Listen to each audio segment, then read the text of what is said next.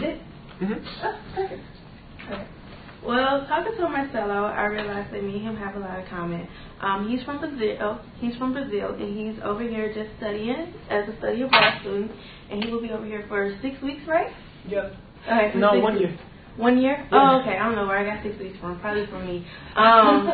And the reason I say that we have something in common is because I am studying abroad this summer for 6 weeks, and I am really afraid. But just sitting here talking to Marcelo and seeing his strength and his courage and the way he really handles himself being over in a different country is very inspiring. And from these 3 items, you will see why I am inspired by him. Like I said before, Marcelo is from Brazil, and when he came over here, he just wanted a little piece of home, something to really look at and cherish and to remind him of where he come from and what he left behind while he's over in the U.S. for a year.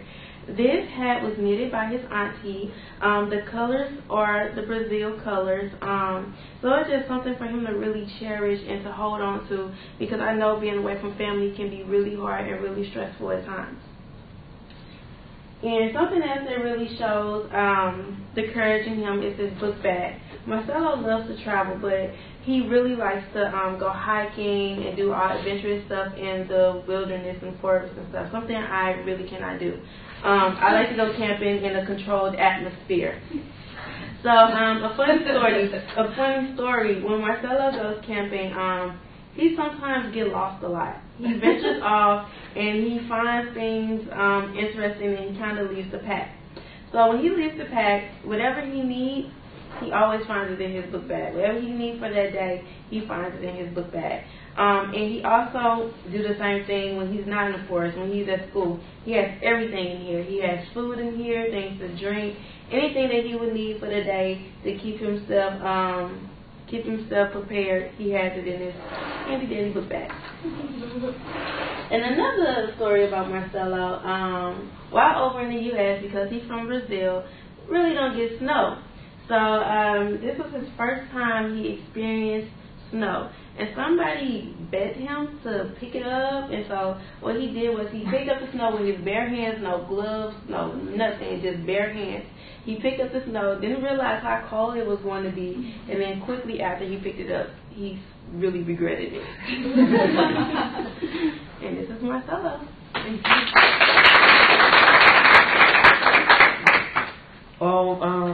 Now you all need to pay attention because I speak in English really, really fast. And my Haitian story begins at the 1st century when Nero started using sunglasses because he's enjoying the gladiator fight, was one of his favorite hobbies. But he couldn't stand out in the sun for many time, so he used sunglasses. Not this one because she forgot sunglasses at the car, but this is mine. But he started using sunglasses to watch the fight, and some years later, Daisha, it's difficult. Some years later, Daisha has also seen through her brown eyes and charming lenses, not this one, something that was joyful to her, but not this time was not the gladiator fight, but was in the last summer when she was camping. She met and fell in love with 6 different people. And these people,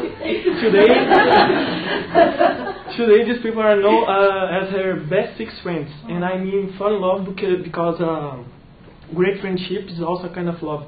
And the love stories are difficult to describe because no one can describe love, really. And but sometimes the love can be so, it's fantastic because love can fit in this ring, for example. Here in this ring fits more than 40 years of stories. These rings belong to Jaisha's grandmother, and her husband bought her this ring when they got married, when she was only 17 years old.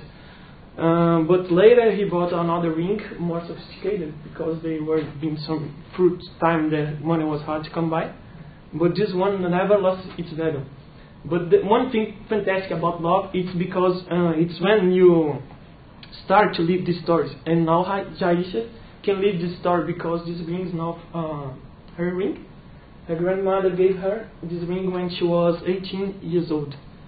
But sometimes the love stories are sad stories too, because they can temporarily be interrupted. And this ring represents Aisha's mother. She unfortunately passed away last December. And two things really mark death.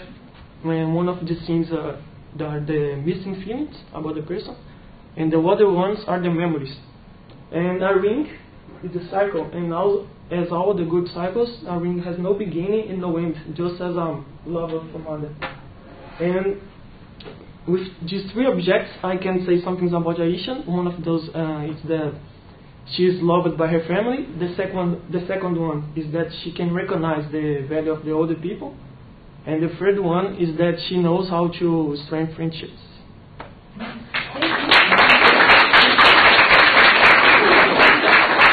really have a lot of words. He really does have words.